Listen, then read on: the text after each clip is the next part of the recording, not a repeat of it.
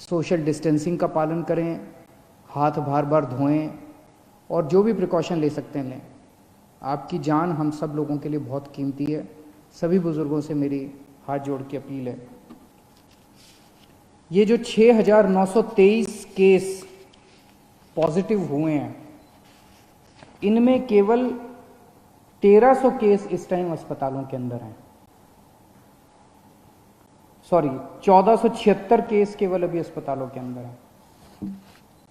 लगभग मोटे मोटे तौर पे 7,000 केस मान लेते हैं पॉजिटिव हुए। 7,000 में से 1,500 के करीब केस जो हैं वो अस्पतालों के अंदर हैं। बाकी सारे केसेस या तो माइल्ड सिम्टम्स हैं और या एसिम्टोमेटिक हैं।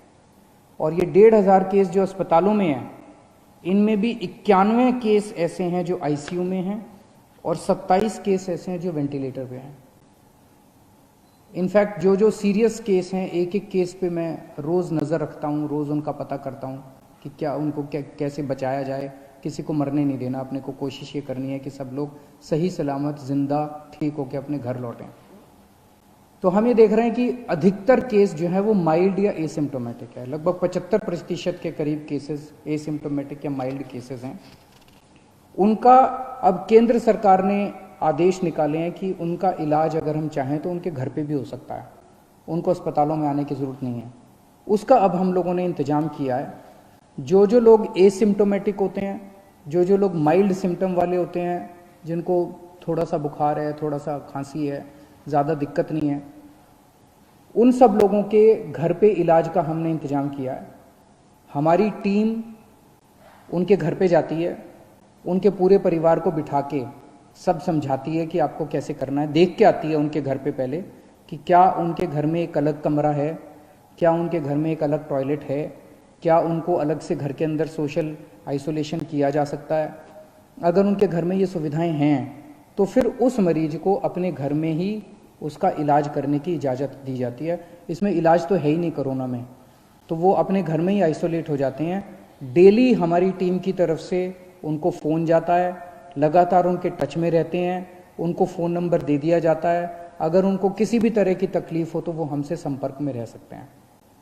जिन लोगों के घर में ऐसे होम क्वारंटाइन करने के लिए अलग से कमरा नहीं है, उन लोगों के लिए फिर हम लोगों ने कुछ कोविड केयर सेंटर बनाए हैं, कोविड हेल्थ सेंटर बनाए हैं। वहाँ पे फिर उन लोगों को हम ले आते हैं, लेकिन और उन लोगों को वहाँ पे हम रखते हैं 13-14 दिन के लिए, जब तक वो नेगेटिव नहीं हो जाते। तो ऐसे कम लोग हैं जो कि सीरियस हैं और ऐसे बहुत कम लोग हैं जो कि जिनकी डेथ हो रही है। एम्बुलेंसेस की थोड़ी दिक्कत हो रही थी। मुझे ये बताया गया था कि कुछ लोगों को फ़ोन करने के बाद एम्बुलेंस के लिए कुछ घंटे इंतज़ार करना पड़ रहा है। कल हम लोगों ने आदेश निकाल के, सरकारी एम्बुलेंस तो थी हमारे पास, हमने कई सारी प्राइवेट अस्पतालों की एम्बुलेंस भी सरकारी सेवा में रिक्विजिशन कर ली है। इसका मतलब ये नहीं है कि वो अपने अस्पतालों के लिए काम नहीं करेगी। जो एम्बुलेंस प्राइवेट में थी और जो एम्बुलेंस प्राइवेट अस्पतालों की थी, वो वहाँ काम करती रहेंगी, लेकिन अगर उनको फ़ोन जाता है और कोई ड्यूटी सरकारी दी जाती है तो उनको वो सरकारी ड्यूटी भी करनी पड़ेगी। ये आदेश निकाल दिए गए हैं। तो इससे मुझे उम्मीद है, अब कई एम्बुलेंस हो गई हैं, इससे मुझे उम्मीद है, कल काफ़ी सारी प्राइवेट एम्बुलेंसेस रिक्विजिशन की गई हैं दिल्ली के अंदर। इससे मुझे उम्मीद है कि एम्बुलेंस की दिक्कत अब ख़त्म हो जानी चाहिए। हमारे बहुत सारे ये जो कोविड की लड़ाई है, ये लड़ाई हमारे डॉक्टर्स लड़ रहे हैं, हमारे नर्सेज लड़ रहे हैं, पुलिस के लोग लड़ रहे हैं, सिविल डिफेंस वॉलंटियर्स लड़ रहे हैं, हमारे बहुत सारे टीचर्स हैं जो लगे हुए हैं, हमारे बहुत सारे आंगनवाड़ी वाले, आशा वर्कर्स हैं, बहुत सारे लोग हैं जो फ्रंट लाइन पे लड़ रहे हैं और वो अपनी एक तरह से मेहनत कर रहे हैं, जान जोखिम में डाल रहे हैं। हमारा फ़र्ज़ बनता है कि इनके लिए हम जो कुछ कर सकते हैं करें, और अभी तक कर भी रहे हैं हम लोग। दिल्ली सरकार उसके बारे में बहुत संवेदनशील है और समय समय पे जो भी हो सकता है हम करते हैं। कल हमने आदेश निकाला था कि हमारा Rajiv Gandhi super speciality hospital, जिसको कोविड हॉस्पिटल हमने डिक्लेयर किया है, उसके साथ हम लोगों ने 2-3 5 स्टार होटल्स अटैच कर दिए हैं। एक तरह से वो होटल्स भी अस्पताल का हिस्सा बन गए हैं, अस्पताल ने अपनी फैसिलिटीज़ उधर कर दी है। तो अगर कोई भी कोविड वॉरियर, कोई डॉक्टर, कोई नर्स, कोई टीचर, कोई सिविल डिफेंस वॉलंटियर, इस किस्म के हमारे लोग, अगर कोई भी कोविड वॉरियर बीमार पड़ता है, कोविड हो जाता है उसको, तो उसका इलाज करने के लिए हमने अच्छी व्यवस्था करने के लिए 5 स्टार होटल्स में उसकी व्यवस्था की है। बताइए क्या गलत किया? मुझे तो लगता है कि हमें करना चाहिए, उनके लिए जो कुछ भी कर सकते हैं करना चाहिए। वो रात दिन 24 घंटे हमारे लिए मेहनत कर रहे हैं, अपनी जान दांव पे लगा के कर रहे हैं। उनको कोविड हो सकता है, अगर उनको कोविड हो जाए तो उनको ठीक करने की जिम्मेदारी तो हमारी है ना, फिर पूरे समाज की है, पूरे देश की है। मुझे कल बहुत दुख हुआ जब हमने ये ऑर्डर पास किया तो विपक्ष के लोगों ने इस ऑर्डर का खूब मजाक उड़ाया, इसकी खूब क्रिटिसिज्म किया कि इन लोगों को स्पेशल सुविधाएं क्यों दी जा रही हैं। मैं आपसे पूछना चाहता हूं कि क्या हमारी कोविड से हमारी रक्षा करने वाले कोविड वॉरियर्स को स्पेशल सुविधाएं मिलनी चाहिए कि नहीं मिलनी चाहिए? बिल्कुल मिलनी चाहिए। क्या तकलीफ है अगर 1, 2, 3, 5, 10 करोड़ रुपए खर्च हो गए इन लोगों को बचाने के लिए? इसमें क्या गलत है? अगर हम 1 करोड़ रुपए कोविड से, अगर किसी भी कोरोना वॉरियर की डेथ होती है और अगर हम उसको 1 करोड़ रुपए दे दें उसके परिवार को, उसको सम्मान राशि उसके परिवार को मरणोपरांत देते हैं, इसमें क्या दिक्कत है? अभी एक पुलिसमैन थे हमारे, अमित राणा जी, कुछ दिन पहले कोरोना की वजह से उनकी मौत हो गई। कोरोना से लड़ते लड़ते उनकी मौत हो गई। हमारी रक्षा कर रहे थे।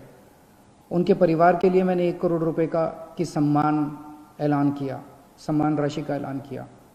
इसमें विपक्ष को क्यों तकलीफ है? मेरा सबसे यही निवेदन है कि ये टाइम राजनीति करने का नहीं है। ये टाइम सबको मिलके कोरोना से बचने के लिए हम क्या कर सकते हैं, देश के लिए क्या कर सकते हैं, समाज के लिए क्या कर सकते हैं, लोगों के लिए क्या कर सकते हैं, ये समय ये सोचने का है। मेरी सबसे निवेदन है कि राजनीतिक बयानबाजी ना करें, एक दूसरे की मदद करें, सरकारों की मदद करें, समाज की मदद करें और एक दूसरे का साथ दें। मैं देख रहा हूं कि अभी भी मैं सोशल मीडिया पे देखता हूं, इधर उधर देखता हूं कि प्रवासी मजदूर अभी भी सड़कों के ऊपर बड़ी तादाद के अंदर एक जगह से दूसरी जगह जाने की कोशिश कर रहे हैं। और जब उनकी हालत देखते हैं, उनके मैं इंटरव्यूज़ पढ़ता हूं, उनके बयान पढ़ता हूं, कई दिनों तक चल रहे हैं, पैरों में छाले पड़ गए हैं, कई दिनों तक कुछ भी नहीं खाया, घर से जो रोटियां लेके चले थे वो रोटियां ख़त्म हो गई हैं, रास्ते में कोई मदद करने वाला नहीं है।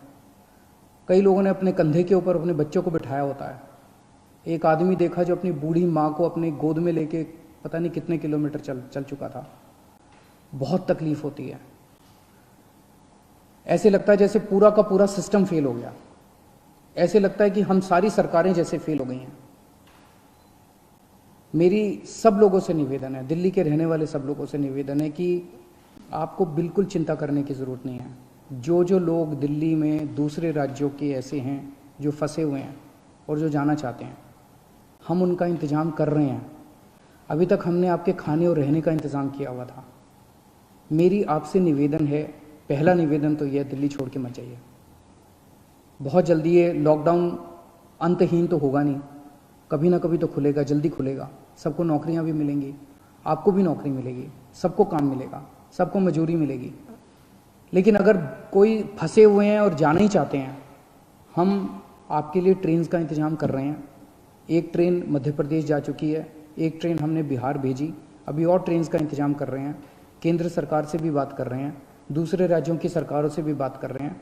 थोड़े दिन इंतज़ाम कीजिए, लेकिन घर से ऐसे पैदल मत निकलिए, ये आपके लिए सुरक्षित नहीं है। कुछ लोगों की ट्रेन से कुचल के मौत हो गई, कुछ लोगों की सड़क हादसे में मौत हो गई, और इतने दिन पैदल चलना बिना खाए पिए, ये भी सही नहीं है। हम आपकी जिम्मेदारी लेते हैं, प्लीज़ आप इस तरह से मत निकलिए। हम आपके लिए इंतज़ाम कर रहे हैं, हम हैं आपका ख्याल रखने के लिए, विश्वास कीजिए। धन्यवाद।